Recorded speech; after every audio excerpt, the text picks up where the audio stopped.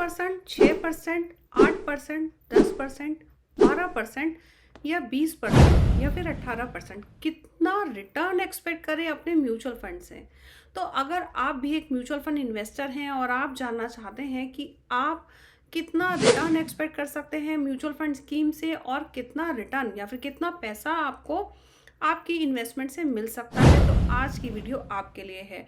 क्योंकि mutual fund में investment तो काफ़ी सारे लोग करते हैं, लेकिन काफ़ी बार कंफ्यूजन होता है कि कितना रिटर्न एक्सपेक्ट करें और क्या एक्सपेक्ट करें और कितना पैसा मिल सकता है, क्या हमारा पैसा सेफ है। और क्योंकि वॉलेटाइल मार्केट है, वॉलेटाइल मार्केट में आप इन्वेस्टमेंट कर रहे हैं तो कितना रिटर्न आपको मिल सकता है। तो इसको जानने के लिए चलते हैं हमारी स्क्रीन की तरफ और जानते हैं म्यूचुअल फंड से कितना हो सकता है मुनाफा आपके लिए।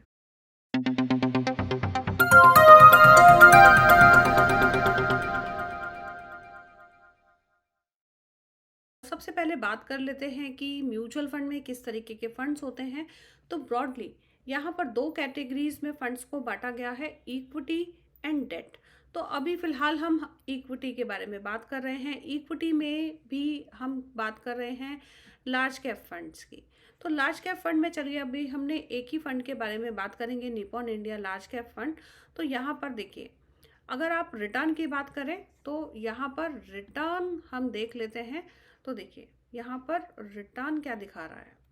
तो एनुअलाइज रिटर्न पे अगर हम चलें तो एनुअलाइज रिटर्न पे यहाँ पर लास्ट 1 ईयर में जो फंड ने रिटर्न दिया है 14.60% का। लास्ट 2 ईयर अगर आपने 2 साल से इन्वेस्टमेंट करके रखा है तो 11.12%। 3 साल में 27.98, 28% इसको बोल देते हैं। पिछले 5 साल में 14.5 एंड पिछले 10 साल में 16% का रिटर्न यहाँ पर दिया है। अब ये देखिए 10,000 रुपये अगर आपने इन्वेस्ट किए होते, अगर एक साल आपको यहाँ पर अगर एक साल हुआ है तो उसकी वैल्यू 10,000 की 11,000, 11,500 रुपये। 2 साल अगर आपने इन्वेस्टमेंट करके रखा तो 12,348। 3 साल इन्वेस्टमेंट करके रखा तो वाह, यहाँ पर डबल हो गया हमारा पैसा, 20,000 रुपये। और 5 साल इन्वेस्टमेंट करके रखा तो यहाँ पर 19,725 रुपये। और 10 साल में यहाँ पर 44,319 रुपये यहाँ पर हो गए हैं। और अगर सिंस इंसेप्शन आपने यानी कि 2007 से अपना पैसा यहाँ पे रखा तो यहाँ पर देखिए 10,000 का 63,000 रुपये यहाँ पर हो गया है। यानी कि 2007 से लेके अभी तक अभी हो गए इसको 16 साल।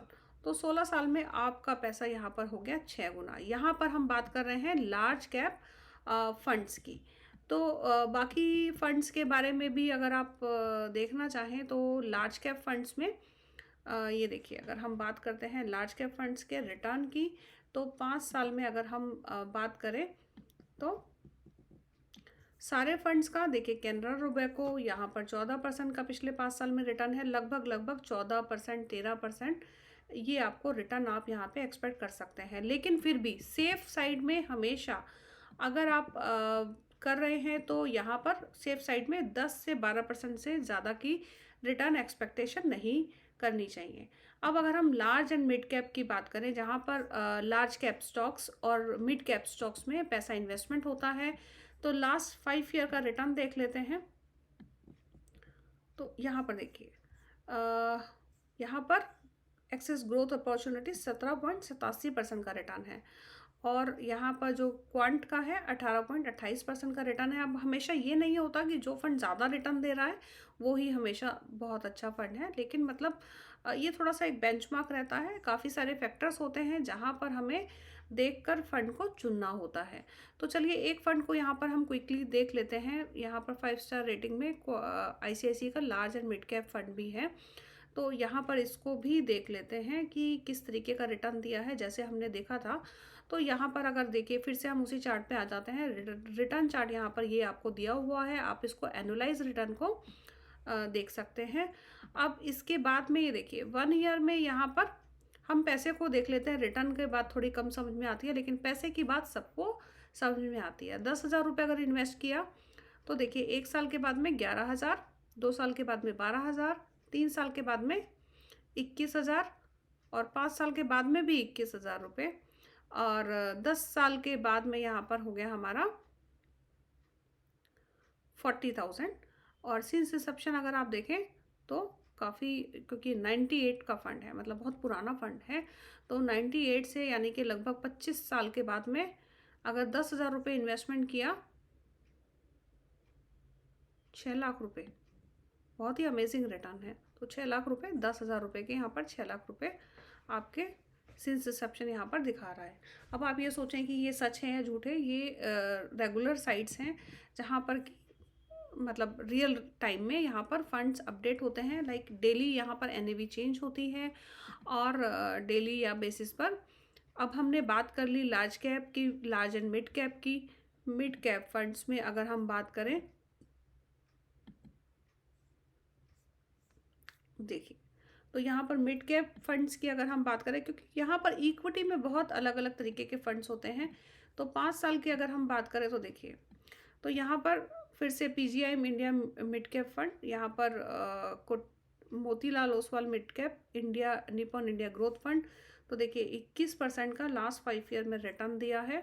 तो अगर हम इस फंड की भी देख लेते हैं दोबारा से,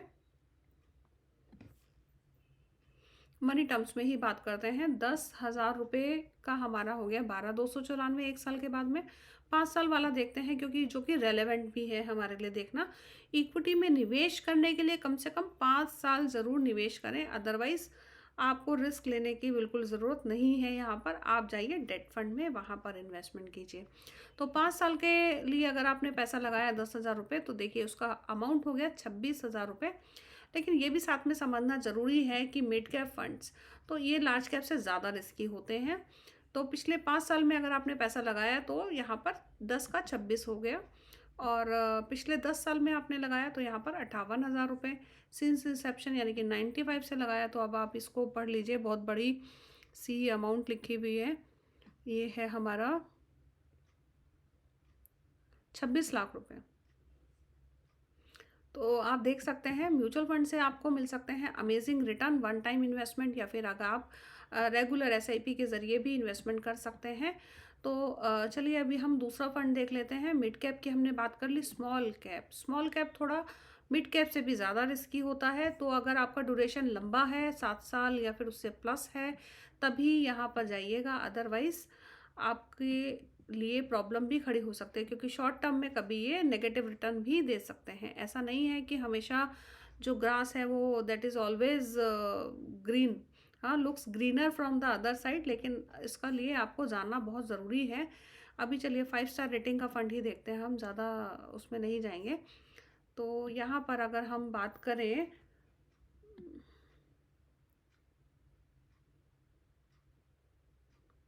तो देखिए यहाँ पर स्मॉल कैप में जो रिटर्न है, अभी हम वैल्यू से चेक कर लेते हैं। ये देखिए 10,000 का 5 साल में 30,000।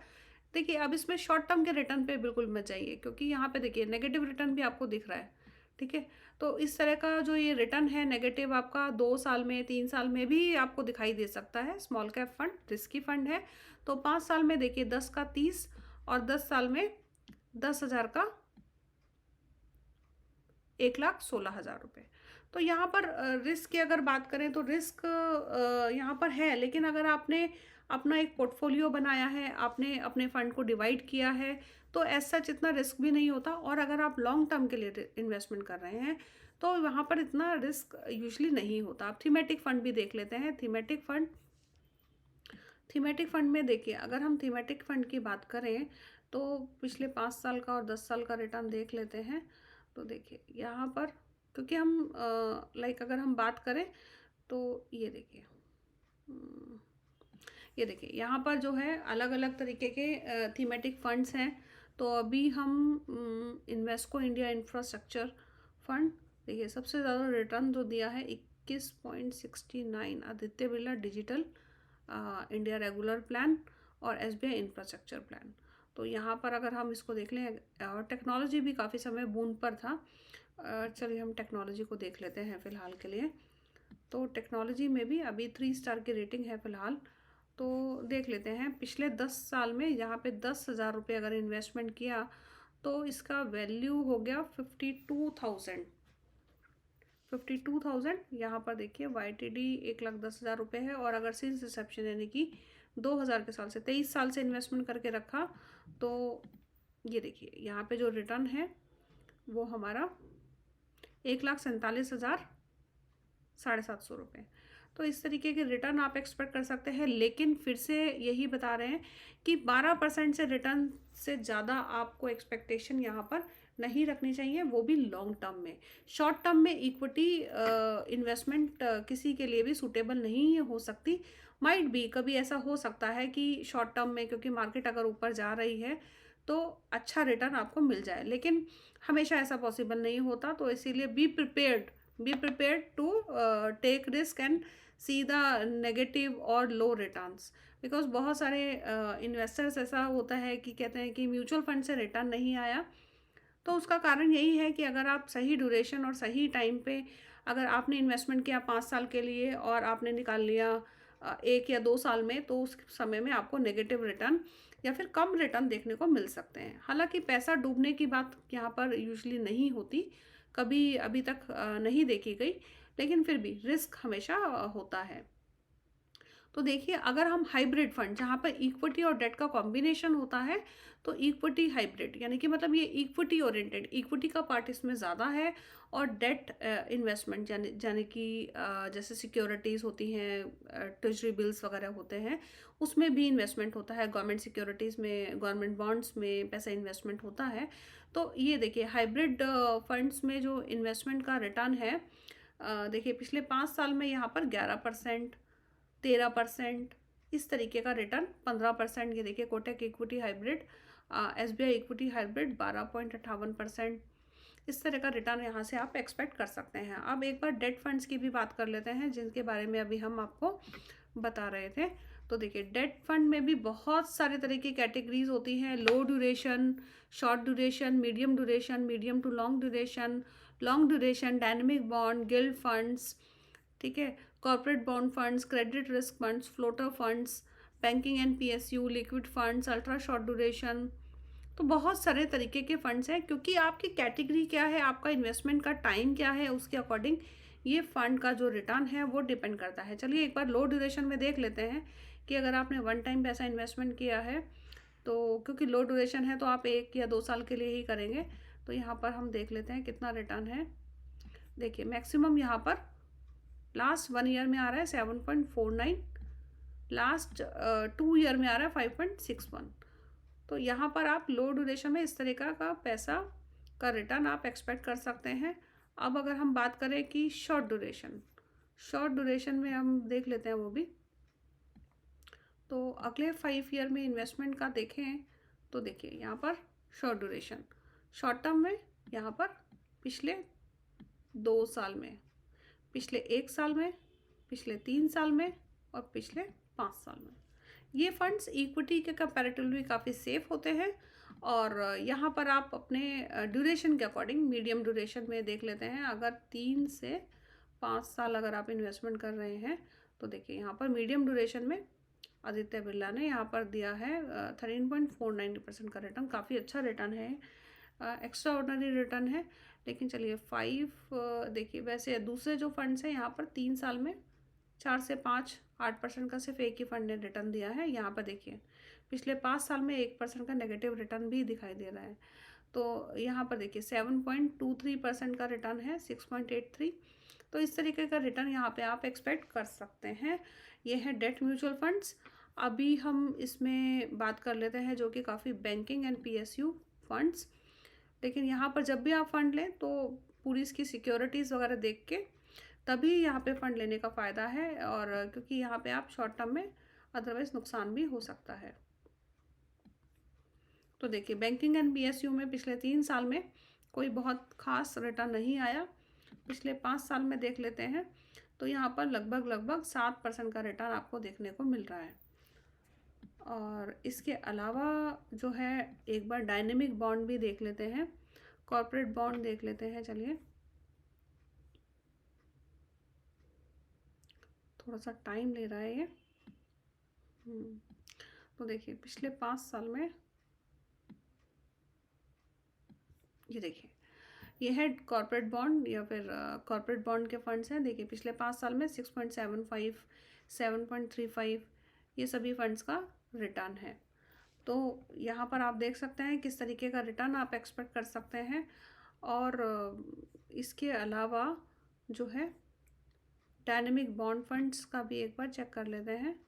डायनेमिक बॉन्ड फंड्स, ये देखिए यहाँ पर भी इसको 5 ईयर की ड्यूरेशन ले लेते हैं। ये देखिए डायनेमिक बॉन्ड में भी यहाँ पर 6 से 7% का रिटर्न आप एक्सपेक्ट कर। तो यहाँ पर आपको हमने तीनों तरीके के फंड्स का रिटर्न एक्सपेक्टेशन बताया, लेकिन फिर भी अगर आप इक्विटी में इन्वेस्टमेंट कर रहे हैं तो कम से कम 5 ईयर के लिए करें। और यहाँ पर आपको जो रिटर्न एक्सपेक्टेशन होनी चाहिए आपकी 10 से 12% एनुअल इंटरेस्ट रेट, अगर आप 5 ईयर प्लस में इन्वेस्टमेंट कर रहे हैं। और अगर आप डेट की तरफ मूव करते हैं, आप शॉर्ट टर्म में जाते हैं, लो ड्यूरेशन में जाते हैं, अल्ट्रा शॉर्ट में जाते हैं, तो यहाँ पर आपको 5 से 7% से ज़्यादा की एक्सपेक्टेशन नहीं रखनी चाहिए। हाइब्रिड फंड में भी लगभग आप 8 से लेके 10 या 12% तक अपना रिटर्न एक्सपेक्टेशन रख सकते हैं, लेकिन आपको इन्वेस्टमेंट करना होगा लॉन्ग टर्म के लिए, तभी आप ज़्यादातर फ़ायदे में रहते हैं। तो ये था हमारी आज की वीडियो में म्यूचुअल फंड से कितना रिटर्न एक्सपेक्ट करें। इसी तरह की और वीडियोस को देखने के लिए हमारा चैनल सब्सक्राइब करना ना भूलें और बेल बटन को भी ज़रूर क्लिक करें।